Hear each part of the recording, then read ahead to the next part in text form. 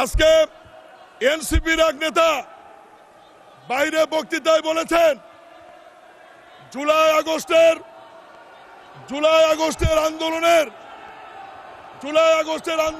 মাননীয় সদস্যবৃন্দ,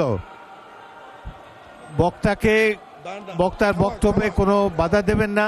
আপনাদের যখন সময় আসবে আপনাদের বক্তব্যের মধ্যে আপনাদের বক্তব্য উপস্থাপন করতে পারেন। এখন তাকে নির্বিঘ্নে বক্তব্য রাখার সুযোগ দেন।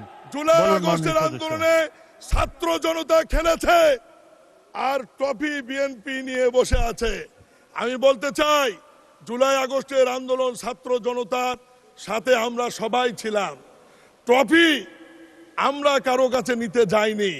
ক্যাপ্টেনকে এটা অন্তর্বর্তীকালীন সরকারের প্রধান ডক্টর ইউনূস চিনে, এই কারণে উনি লন্ডনে গিয়ে আমাদের ক্যাপ্টেন প্রধানমন্ত্রী জনাব তারেক রহমানের কাছে ট্রফি দিয়ে নির্বাচনের তারিখ নিয়ে আসছে। মাননীয় স্পিকার, এতেই প্রমাণিত হয় ছাত্র জনতার আন্দোলনের নেতৃত্বের মূল ভূমিকা কোন দলের ছিল, কোন নেতার ছিল। আমরা সবাই আন্দোলন করেছি, এটি অস্বীকার করার সুযোগ নাই।